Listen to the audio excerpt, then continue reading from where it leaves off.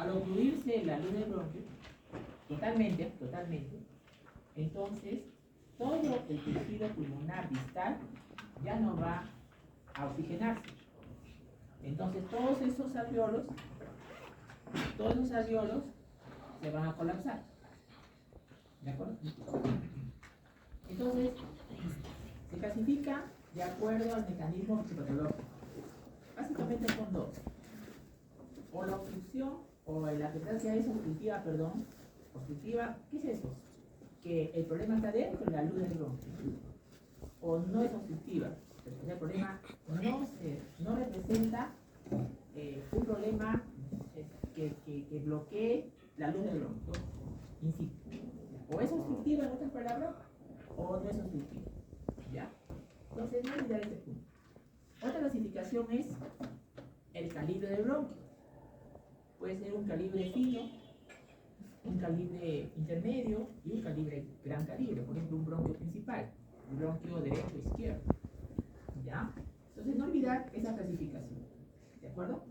Ahora, funcionalmente, la telestasia, ¿qué trastorno me da? Mayormente restrictivo. Un trastorno restrictivo.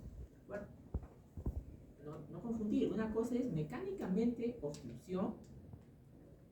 Eso es mecánicamente. Otra cosa es funcionalmente restricción. Cuidado, no se mareen con ello. Cuando yo hablo de función respiratoria, espirométricamente dos opciones.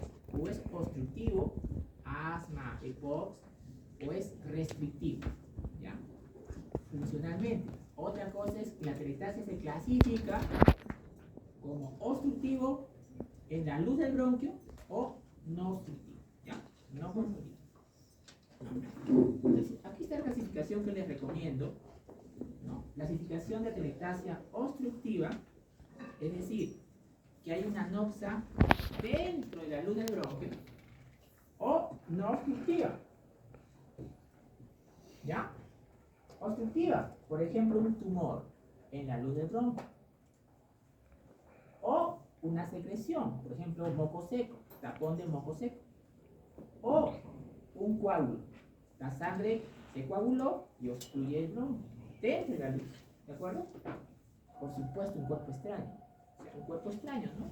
Adulto mayor con Parkinson o una secuela de un SB isquémico o infarto, deglute como puede y pasa una pastilla, de las tantas pastillas que toma un adulto mayor, ¿no? Para la presión, para el colesterol, para la diabetes, etc. Y se va a la vía aérea y genera telestasia. ¿Ves? Cuidado, eso en adultos mayores. Cuidado, nosotros más trabajamos con ellos. O no obstructiva. Miren cuántas no obstructivas. Tomen nota.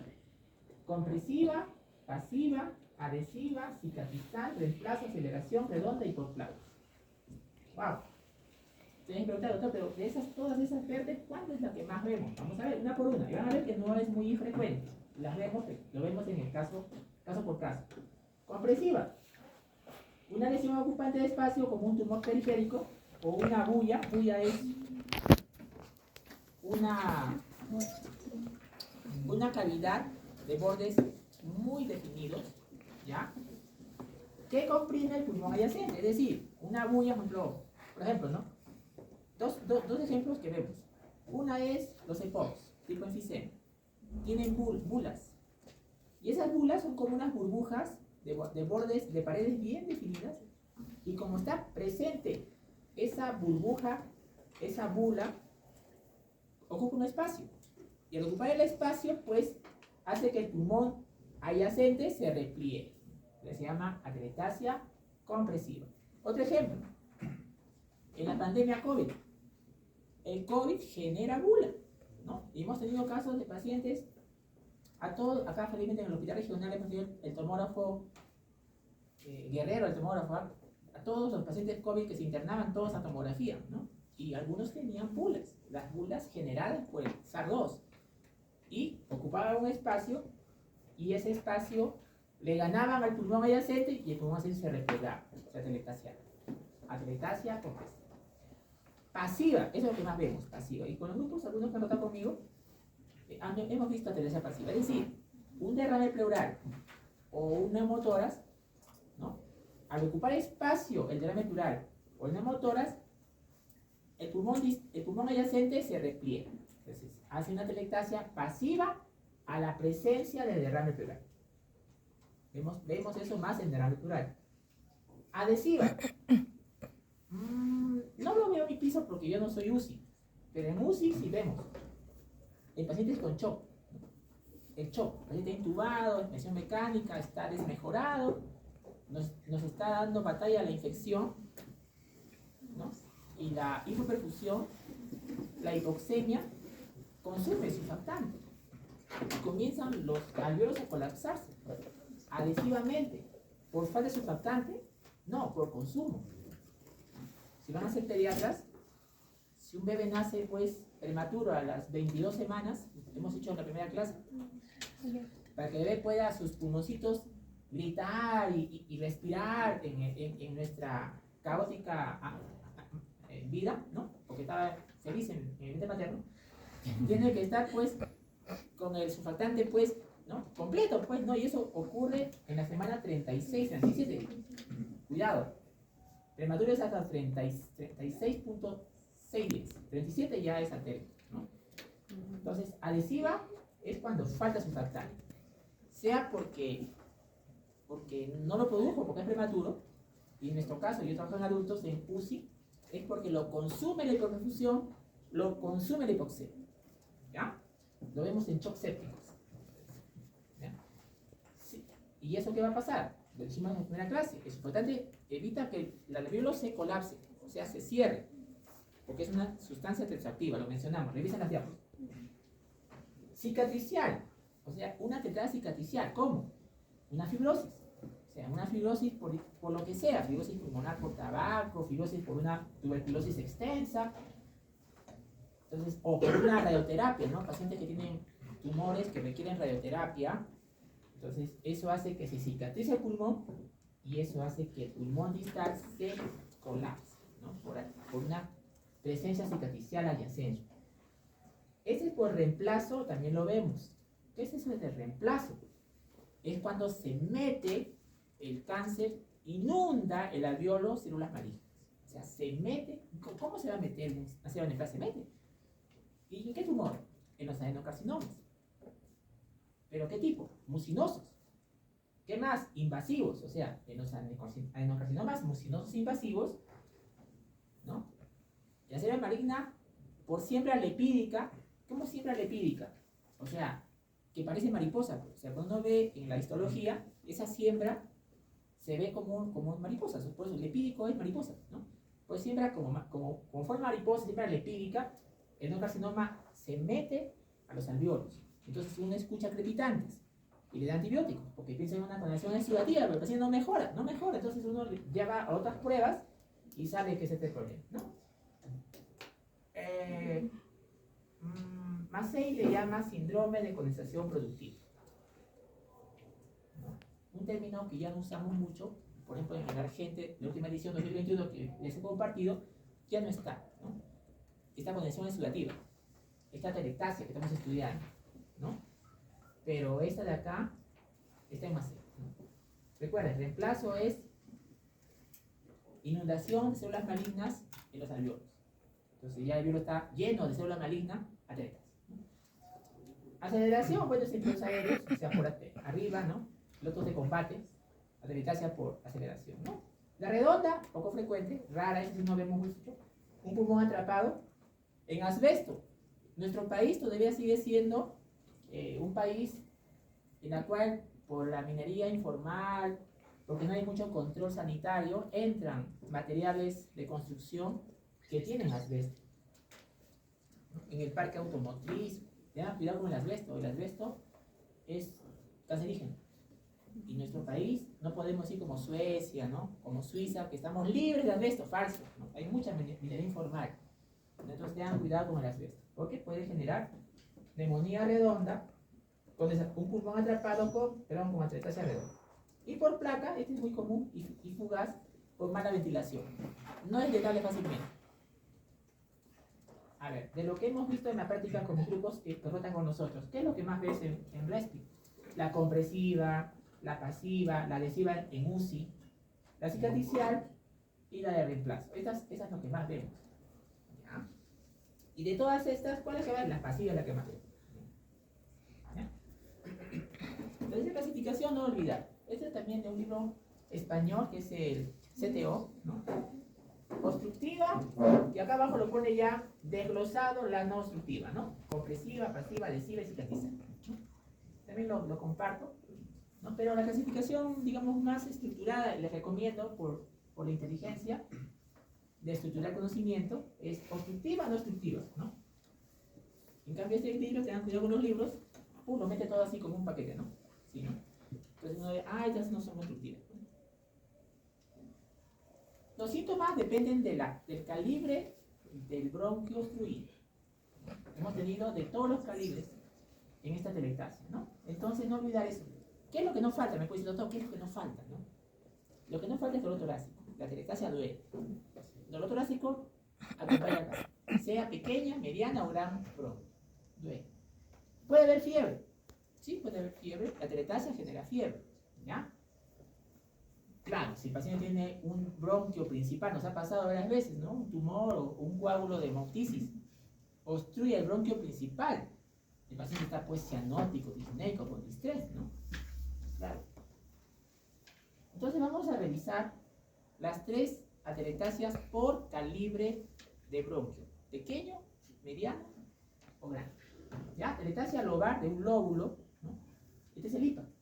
No es exacto el IPA, es una ayuda para saber lo que tienes que encontrar, ¿no? Exactamente no lo vas a encontrar, ¿no? Eso no les genere frustración, por favor, porque los pacientes tienen diferente forma de relatar o encontrar sus síntomas, por favor. Ya tengan un parámetro, este es un parámetro, ¿no? Ya esto debo buscar, ¿no? Bueno, la impresión puede estar normal, no hay alteraciones, palpación. Si ya el bronquio está obstruido, obviamente que la vibración vocal va a disminuir. El señor diga 33 y lo sientes menos, la palpación. O si le dice, señor, diga 33 y lo ocultas, también vas a escuchar menor la vibración vocal. Puede haber matidez, la telectasia genera matidez. Recuerden, matidez, ya estamos próximos al parcial, 7 de diciembre. Matidez, 5 opciones. Congestión exudativa, atelectasia, derrame pleural, engrosamiento de la pleura y tumor. ¿Ya? Y la frustración, si ocurre el bronquio, entonces el aire ya no va a pasar. Entonces, el movimiento vesicular va a estar disminuido. ¿Ya? Disminuido, ausente. Una atelectasia de gran calibre. Wow, eso sí es una emergencia. Tenemos que rápidamente, el paciente, darle soporte. ¿Ya? Porque está con mucho distrés respiratorio. Percusión de todo el emitoras asmático. Todo el emitoras asmático. Se reduce el volumen. La tráquea se va hacia el lado de la atelectasia. La tráquea se jala hacia la atelectasia. ¿Ya? No pasa el aire, pues. Entonces, ausencia de movimiento vesicular. ¿De acuerdo? Señor, diga 33, que va a decir 33, está agitado. Ya, algunas cosas de semiología no se puede aplicar. Algunos de repente han tenido, ¿no? Esa suerte de decir, señor, diga 33, el paciente apenas puede hablar. Tengan cuidado con el tacto en el examen físico. ¿Y sonidos añidos no hay? Pues no hay sonidos añidos porque hay un silencio respiratorio. ¿De acuerdo? Cuando ustedes escuchen silencio respiratorio, uno de ellos es la atelectasia. ¿Ya? Y claro, si es fino, nos ha pasado también, el paciente viene, doctor, me duele el tórax. ¿Cuántas causas de dolor torácico hemos revisado la vez pasada? ¿No? Una de ellas es atelectasia. Examinas al paciente y puedes encontrar un poco de matidez, un poco de sonidos vocales aumentados, ¿no? Como una compensación, y un murmullo vesicular un poco disminuido. Te puedes sospechar entre tantas cosas, de verdad que no es fácil. Sí, esta es atelectasia, porque hay otras causas del dolor torácico que hemos revisado, ¿no? También hay mucho cómo se enfoca el dolor torácico, como revisan las diapas. Pero una de ellas puede ser atelectasia de bronquio fino, se llama atelectasia segmentaria. Vean ustedes, hemos visto 3 atelectasias. Atelectasia total, masiva, atelectasia lobar y atelectasia segmentaria. 3. ¿Ya? ¿Tiene la sospecha? Entonces, la teletasia, entonces, aplica una imagen. Aplica una imagen. ¿Pero qué imagen? No está en la diapo. No está en el sílabo. Debería estar. Vamos a tener que mejorar el sílabo el próximo semestre. Aplica la ecografía. Recuerden que el quinto elemento de la exploración física torácica es la insolación.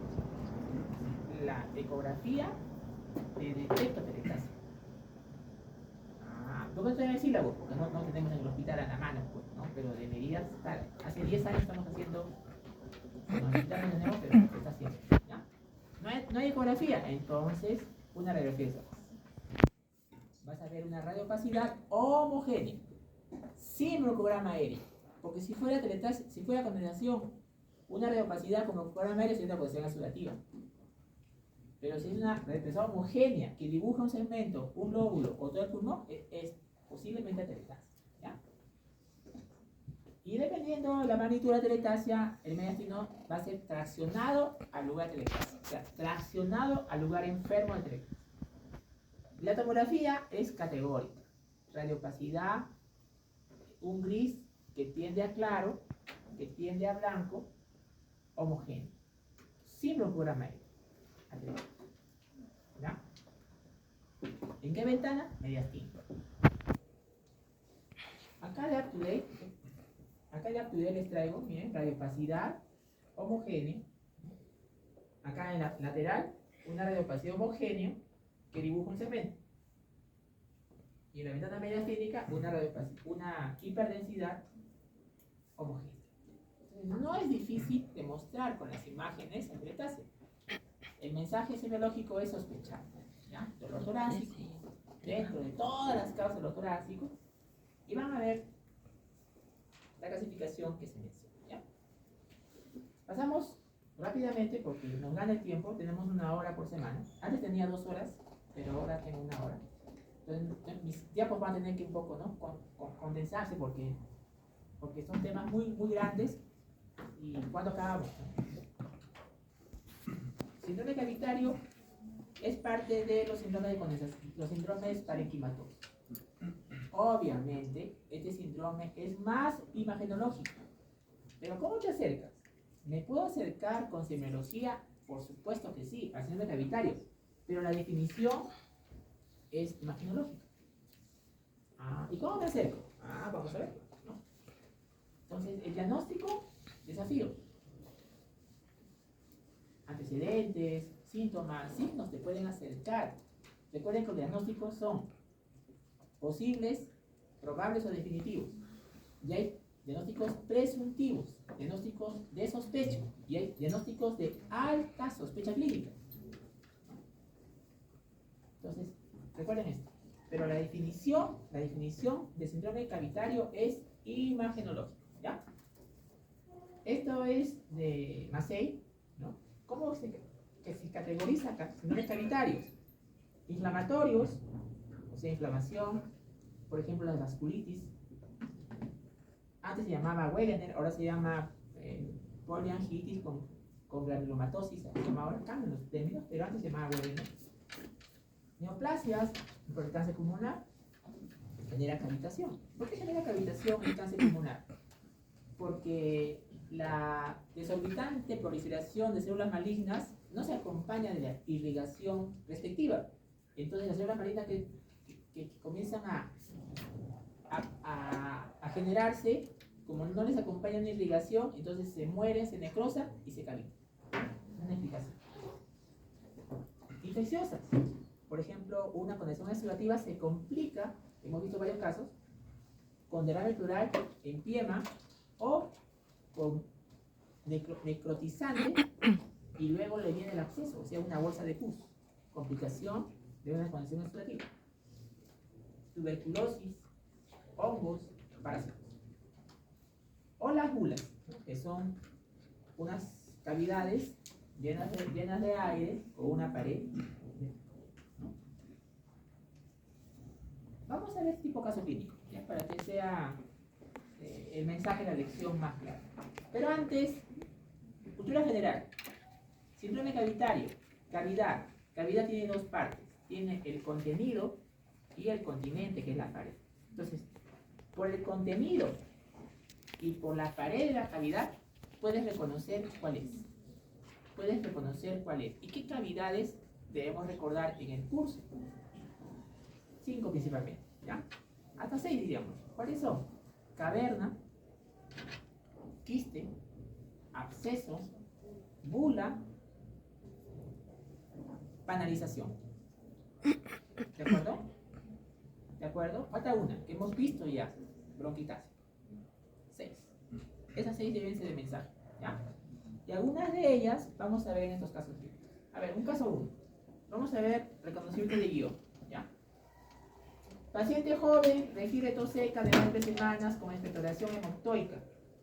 O sea, pintas, rayitos, hilitos de sangre en la flema. Sudoración nocturna, baja de peso y no fuma.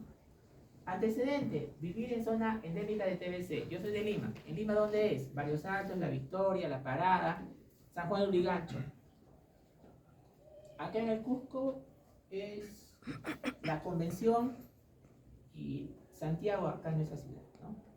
Porque trabajamos en TV nosotros,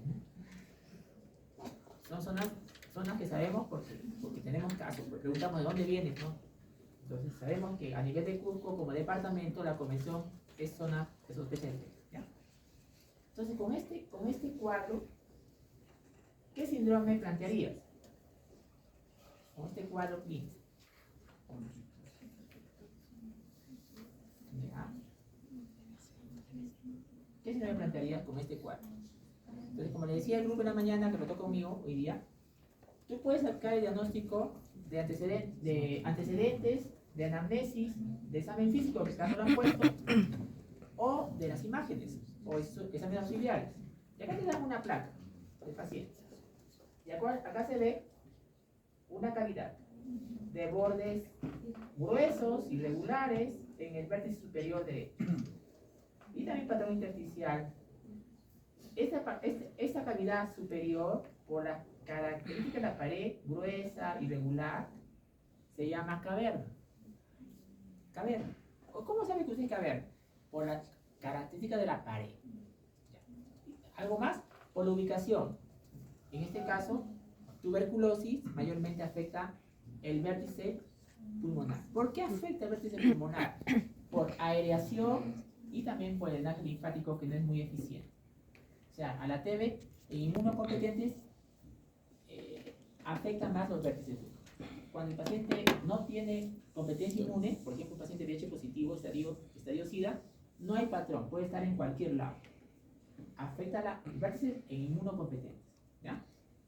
Entonces, en este caso, ¿cuál es la cavidad? Caverna. ¿Cuál es el diagnóstico? Etiológico, tuberculosis. ¿Qué síndrome le pondrían? Un síndrome de hemoptisis, ¿no? De origen pulmonar. Otro síndrome.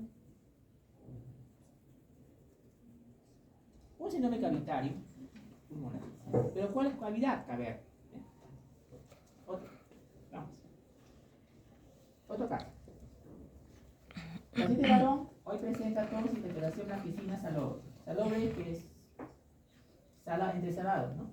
Con membranas blanquecinas, como nata, ¿no? De pronto, comienza, se le llena la cavidad oral de agua y comienza a escupir, pues, ¿no? A toser, ¿no? Porque ¿y dónde es una zona desigual? Donde hay enfermos y obesos. ¿Está bien? Entonces, vamos a la imagen y vemos acá una imagen de cavidad de paredes delgadas, pero está complicado, ya se rompió. Ojo, cuando el quiste hidratídico está íntegro, es una imagen redondeada, radiopaca, porque está lleno de líquido. Pero cuando el quiste se rompió y vertió su contenido en un bronquio, entonces toda la cavidad, la mitad está llena de aire, porque ya no hay líquido, la otra mitad está llena de líquido todavía por la de abajo, y lo demás se perdió. Lo botó escupiendo, tosiendo. Entonces, en este caso sería un síndrome cavitario, primera opción, quiste hidratídico complicado, o también llamado quiste hidratídico roto, ¿no?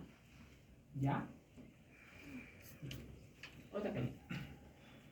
Entonces, el examen físico de un síndrome cavitario va a depender de la causa, ¿no? Otra vez, ¿cuáles son las cavidades que más vemos? 6, les acabo de decir. Hemos revisado hasta este momento quiste y caverna. ¿Está bien? Tuberculosis, una enfermedad muy contagiosa, y una zoonosis, que es la hidatidosis pulmonar.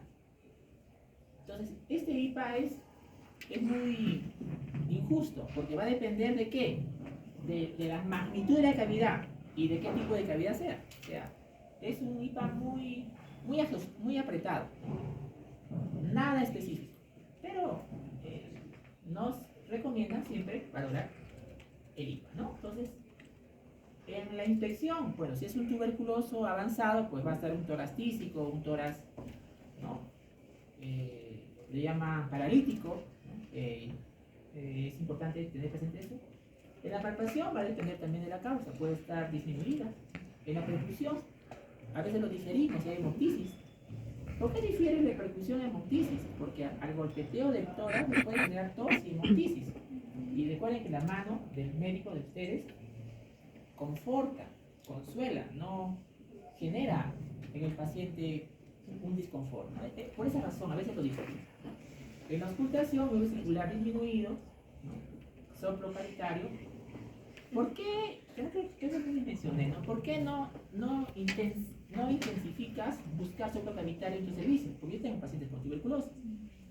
Porque si es un paciente con soplo cavitario, por caverna tuberculosa, mayormente son PK positivo en flema. 2, 3 cruces. Y algunos son resistentes. Entonces, el hecho de buscar el soplo cavitario se expone el equipo. Entonces, no está bien éticamente exponerlo. Soplo cavitario, si tiene 4 centímetros de diámetro la cavidad, soplo afórico tiene 6 centímetros de diámetro la cavidad. ¿Ya? Exámenes auxiliares imagenológicos, principalmente imagenológicos. ¿Cuáles? Una imagen radiográfica y tomografía. Caso 3. A ver, paciente de mediana edad con antecedente de tuberculosis, con tratamiento hace 6 años, tos y peroración en la mañana, matutina, matinal, ¿no? Aumenta con la posición, o sea, cuando el paciente está echado, se sienta, se mueven las flemas y comienza a toser, ¿no? Por eso es matinal, porque mayormente nosotros nos despertamos en la mañana. Entonces, es matinal y posicional, ¿no? Olor a yeso mojado, adherente de 3 capas con pitas de sangre. Inspección palpación no ayuda mucho, ¿eh?